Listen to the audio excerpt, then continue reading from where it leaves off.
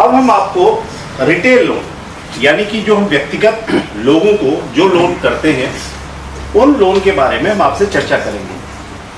हमारे पास कई प्रकार के ग्राहक आते हैं, ऋणी आते हैं।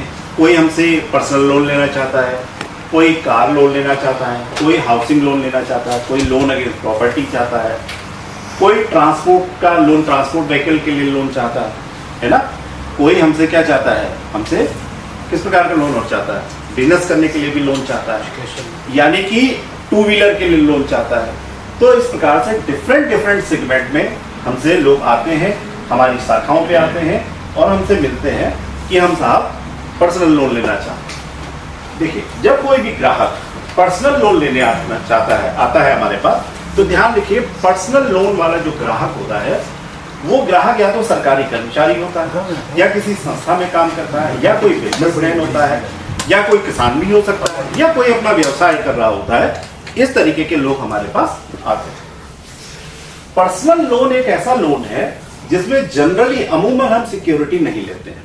किससे नहीं लेते हैं सिक्योरिटी?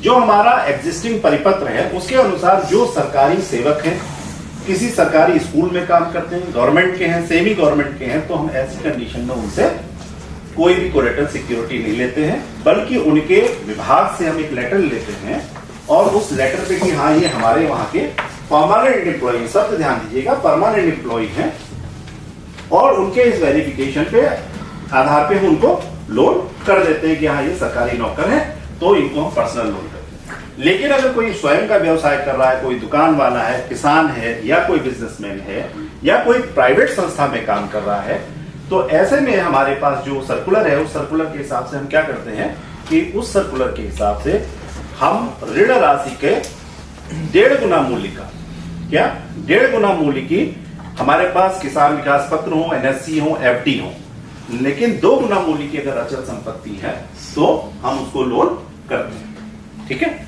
यानी हम एक सिक्योरिटी लेते हैं, अपने लोन की को सिक्योर करते हैं। जो गवर्नमेंट है उससे ये नहीं लेते हैं। आपका प्रश्न होगा साहब हम ऐसा क्यों करते हैं? देखिए, गवर्नमेंट जो संस्था में काम करता है उसके डिपार्टमेंट से हमने एक लेटर ले रखा है, उसके डिपार्टमेंट से हम लिखा के लेते हैं कि ये हमारे वहां का एम्प्लॉय है, अगर ये पैसा नहीं देगा तो हम इसकी किस्त काट के बैंक को भेजेंगे। ऐसा हम करते हैं। ठीक है, अब पर्सनल लोन करने के समय में हमको क्या क्या सावधानियां बरतनी होती है, तो ध्यान दीजिए, हमेशा कोई भी लोन आप करें, केवाईसी बहुत जरूरी है। अभी आप लोग केवाईसी पढ़ते हैं, 2016 में केवाईसी के बारे में भारतीय रिजर्व बैंक द्वारा 2016 में मास्टर डायरेक्शन जारी किए गए केवाईसी के संबंध में, नो योर कस्टमर के संबंध में। उसमें बहुत ही बृहद कैसे कस्टमर का ड्यू डिलिजेंस करना है, कैसे कस्टमर की रीडिंग करनी है, वो सारी चीजें उसमें लिखी हुई है। तो हम चाहे लोन करें या डिपॉजिट का कोई saving account, current account, RD account, FD account खोल रहे हैं, हमको कस्टमर की केवाईसी और कस्टमर ड्यू डिलिजेंस करना है, एक चीज। दूसरा क्या करना है, हमको कस्टमर से रिपेमेंट हमें देखना होता है कि हम जो लोन कर रहे हैं उस लोन का रिपेमेंट कैसे आएगा, वो कस्टमर क्या कर रहा है। सरकारी कर्मचारी के केस में हम उसकी सैलरी स्लिप लेते हैं 3 महीने की, बैंक का अकाउंट स्टेटमेंट 6 महीने का लेते हैं। ठीक है, लेकिन प्राइवेट के केस में क्या करें? तो प्राइवेट के केस में जनरली क्या करते हैं, वो आईटीआर दे देता है 3 साल का, 2 साल का आईटीआर दे देता है। नया है तो कहेगा साहब 1 ही साल का है।